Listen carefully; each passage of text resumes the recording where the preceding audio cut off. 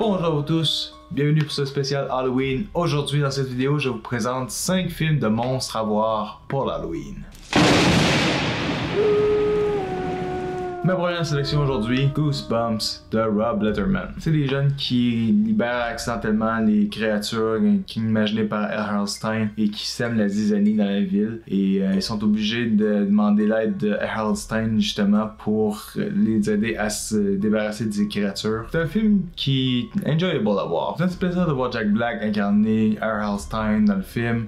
Je trouve qu'il est quand même charismatique. Le fait qu'il joue aussi le personnage du pantin, j'adore ça. Si vous cherchez juste un film juste plaisant à voir pour l'Halloween, Goosebumps, vous allez avoir un peu plaisir. C'est plaisant, c'est drôle, ça s'amuse à créer des petites frayeurs et voir les différentes créatures que Harold Stein a imaginées, entre autres le pantin maléfique ou bien le garou ou le yeti. Tous des petits clins d'œil par-ci par-là que les fans de la série Goosebumps vont adorer et j'adore faire ça à l'Halloween. Mon second film que je vous présente aujourd'hui, c'est Trick or Treat. Un film réalisé par Michael Dougherty qui a réalisé Godzilla King of the Monsters. Dans celui-ci, ça se passe en plusieurs histoires différentes et chacune des histoires sont connectées l'un et l'autre par le meurtre, par des éléments surnaturels, etc.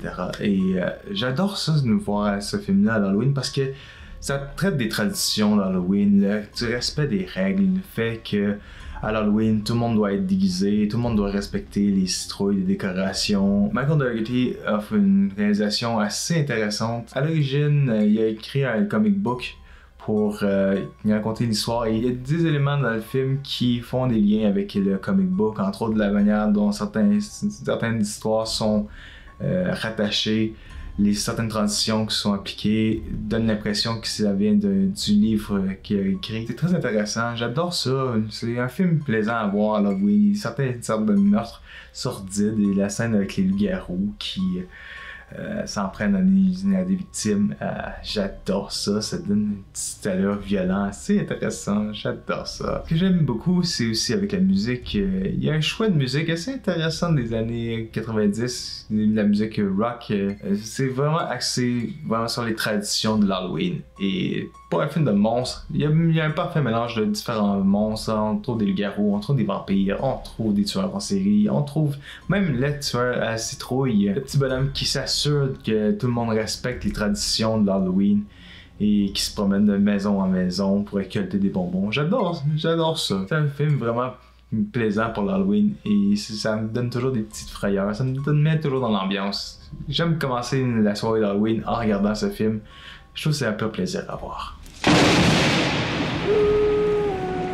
Mon troisième film de soirée, c'est le film Complete. Ce que je trouve intéressant, c'est le fait que le film se base principalement sur le court-métrage réalisé par Jacob Chase et qui met en vedette le personnage de Larry, qui lui est un monstre qui vient d'un appareil électronique et qui est en possession d'un enfant autistique qui a peu d'amis autour de lui, qui essaie de connecter avec les gens. Ça ne marche pas et la créature s'en prend à différentes personnes par le biais de sa tablette qu'il a en possession. Il doit trouver une façon de se débarrasser de ce monstre. Ce que j'aime particulièrement du film, c'est le fait que dès le départ, au début du film, il se passe des éléments surnaturels qui nous mettent déjà en haleine. On est déjà embarqué dans l'histoire dès le début du film. Et ça me set le ton pour le reste du film. Malgré un scénario bien simple, ça me fait beaucoup penser au film Lights Out, de la façon dont ça a été créé. L'histoire est assez simple et souvent c'est très peu élaboré. Mais pour un film d'horreur, je trouve que les scènes d'horreur fonctionnent bien, par exemple. Ce que je trouve intéressant, c'est l'aspect familial. Le fait que l'enfant a du mal à avoir une connexion avec le père et à la fois la mère. Parce que les deux sont dans l'instance de divorce. Et chacun tente de jouer un rôle dans le fait d'élever l'enfant comme il se doit. Le père est plus absorbé par son travail que par l'envie d'être avec son fils. Et la mère, elle, prend tout son temps avec l'enfant, mais elle n'arrive pas à avoir un certain un certain relâchement ou un certain détachement vis-à-vis de son enfant. Surtout le fait que l'enfant soit autistique, elle a du mal à l'accepter et c'est ça qui va jouer tout le long du film et j'adore cet aspect. C'est un film assez habile dans ce sens. La première fois que j'ai vu la bande-annonce, j'ai trouvé que l'histoire était assez simple. J'avais peur que ce soit un flop total, mais j'ai été très surpris. Jacob Chase a vraiment eu des idées assez habiles et assez intéressantes pour créer de l'horreur. On s'attache beaucoup aux personnages, à la fois les enfants, autant les adultes. Il y a cette idée de vouloir connecter avec quelque chose, avec quelqu'un. Je trouve que c'est une idée intéressante et assez habile pour un film d'horreur. Et vraiment, Jacob Chase, j'ai trouvé vraiment intéressant de ce côté-ci.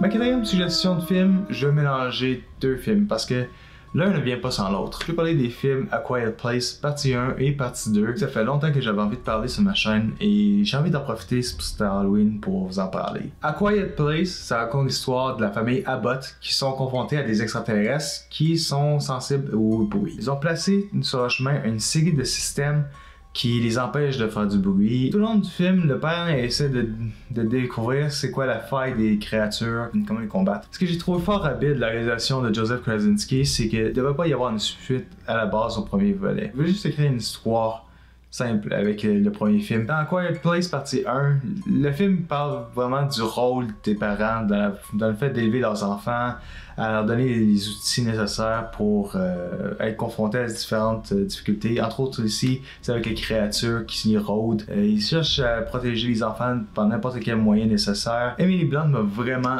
épaté dans ce film. J'ai vraiment adoré son jeu et vraiment intense. Le fait que dans le film, elle est enceinte et on sait qu'à un moment donné, elle va finir par accoucher de son enfant. On suppose que dans le film, elle est infirmière et que le père est un ancien militaire ou un scientifique, peu importe. Je trouve vraiment intéressant la relation qu'il y a entre lui et sa femme. Ce que je trouve fascinant avec A Quiet Place, c'est l'idée que Joseph Krasinski ait embauché une actrice sourde pour jouer le rôle de la fillette. Ça donne un ton plus authentique à la production et le fait que les acteurs ont dû apprendre le langage des signes, ça a permis de rendre le tout plus cohérent. Le fait que le film tout long, il s'amuse à jouer avec l'environnement sonore, à créer de la tension tout le long. Je me rappelle quand j'étais voir au cinéma la première fois, j'étais sur mon siège et j'espérais que les personnages ne fassent aucun bruit. Chaque fois qu'il y avait un petit son qui venait du film, j'en avais un frousse, un objet qui tombe au sol, j'étais agrippé sur mon siège. C'est un film que je vous recommande de voir à l'Halloween, c'est vraiment un vraiment bon film.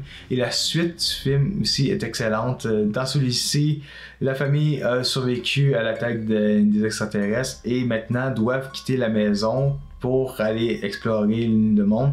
Ils vont se rendre compte que le danger ne vient pas nécessairement juste des monstres en particulier, mais aussi de ce qu'il y a au-delà. La rencontre avec les gens et comment leur expérience avec ces monstres-là les ont transformés. Je trouve aussi la thématique du second film encore plus impressionnant parce que ici, les enfants doivent apprendre à se débrouiller par eux-mêmes, deviennent de plus en plus adultes et on voit aussi l'évolution des acteurs, bien sûr.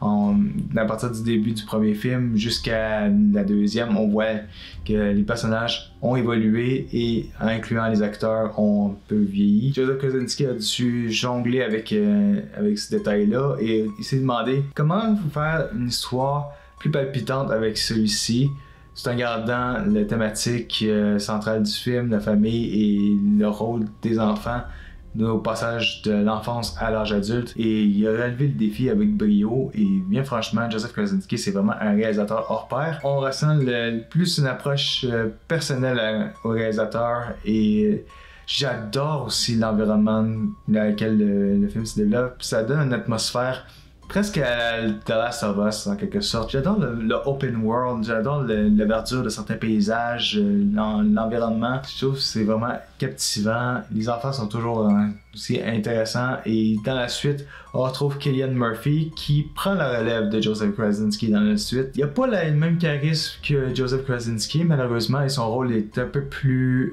minime en termes de développement de personnage, mais reste qu'il apporte une fraîcheur au film. Les scènes d'horreur sont moins effrayantes que dans l'opus précédent puisque maintenant on connaît la faiblesse des créatures, donc c'est sûr que ça affecte légèrement le film, mais en soi, en termes d'atmosphère, en termes de film, La suite, vraiment, s'équivaut. C'est vraiment un excellent film et je vous recommande fortement d'écouter les deux back-to-back. C'est vraiment une bonne continuité et chacun des films apporte une fraîcheur au film d'horreur que j'avais jamais vu auparavant. Je trouve que les deux films mis ensemble, ça donne quelque chose de cohérent et vous allez adorer voir ce film à l'Halloween.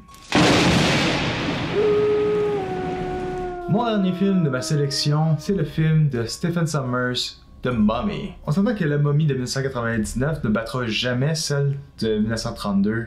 Le film qui a mis en vedette Boris Karloff dans le rôle de la momie. Ça va vous étonner, mais j'ai le gros coffret dans ma collection avec l'entièreté des films de Monster Universe que j'adore découvrir. C'est fascinant. C'est un petit film noir classique qui a influencé le cinéma d'horreur, dont La Momie justement, que je vous parle en l'instant. The Mummy, c'est un classique incontournable. Pour les films d'aventure, surtout, j'adore l'aspect comédie, horreur avec Brendan Fraser, Arnold Vosloo dans le rôle de la momie. Je trouve que le côté aventure, ça fonctionne vraiment bien. J'adore le design de la créature, les effets visuels à l'époque, c'est révolutionnaire. J'adore le fait que la caméra survole l'Égypte et qui nous montre la ville de Thèbes et ainsi que la ville d'Amunaptra, que les personnages vont devoir aller s'aventurer pour arrêter la momie. Rachel Weisz, je la trouve excellente dans le film et encore plus Brendan Fraser qui nous donne un sens d'aventure incroyable. Mon passage préféré du film, c'est lorsque Benny commence à insulter Rick O'Connell. Les deux clans se retrouvent un à l'opposé des rives et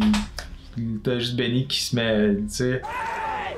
O'Connell! It looks to me like I've got all the horses! Hey, Benny! Looks to me like you're on the wrong side of the river! L'acolyte le plus peureux qui soit va juste se mettre avec n'importe qui juste pour se protéger les fesses. C'est un personnage qui me fait beaucoup rire. The Mummy, c'est vraiment un film incontournable à voir pour l'Halloween, surtout pour les films de monstres. C'est un pur divertissement, pur et dur, et j'adore ça. C'est un beau côté aventurier qui me plaît beaucoup à voir chaque année à l'Halloween. C'est ce qui complète mes suggestions aujourd'hui. Je vous remercie beaucoup d'avoir regardé mes vidéos. Si vous avez aimé, mettez un petit pouce et mettez un commentaire, ça fait plaisir. Et abonnez-vous à ma chaîne pour rien manquer. Et on se retrouve pour la dernière partie de mon spécial Halloween. Comme toujours, je vous souhaite à vous tous joyeux Halloween!